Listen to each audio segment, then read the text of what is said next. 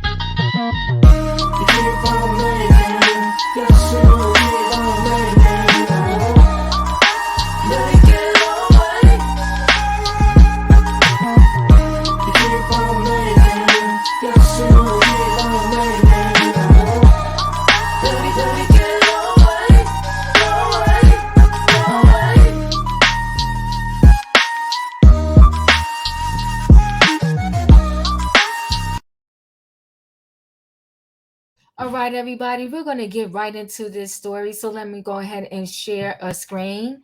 Okay. Let's go here. So, Michael Jackson's doctor, Conrad Murray, opens medical institute 12 years after involuntary manslaughter conviction. Okay. The DCM Medical Institute opened last month. Okay. Michael Jackson's former doctor, Dr. Conrad Murray, who was convicted of involuntary manslaughter in 2011, has opened up his own medical institute. The DCM Medical Institute opened last month. At the launch event, Murray, 70, opened up about why he chose to open his own institute. So, would you go there to be educated by him? When I came back to Trinidad, most of the colleagues who I trained felt that I was too much of a threat to be present, when all I was willing to do was collaborate, further educate, and instill care for more and more. So they decided to eventually lock the doors when they saw the cases I was performing, he said, per the Trinidad Guardian, okay? He added, it was tough. I dealt with the country locking its borders for 2 years, but I did not give up. I felt I had to be relentless.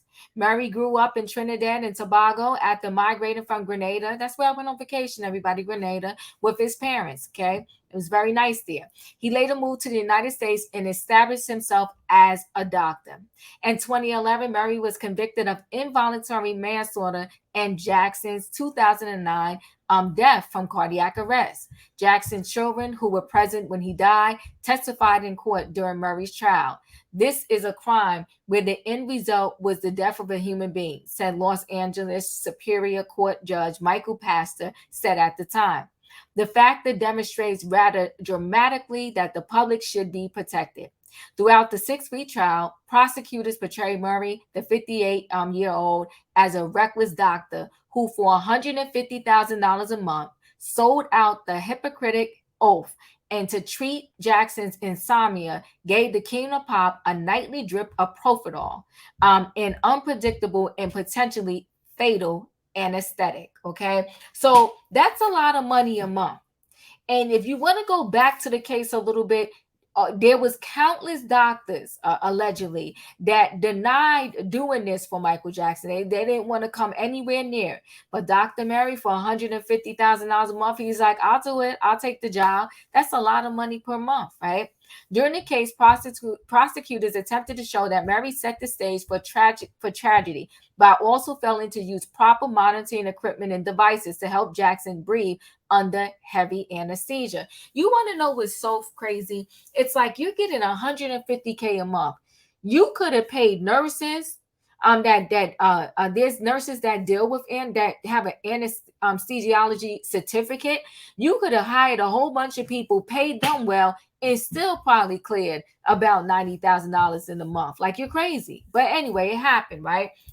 During the case, prosecutors attempted to show that Murray set the stage for tragedy by also failing to use proper monitoring equipment and devices to help Jackson breathe under heavy anesthesia. I read that.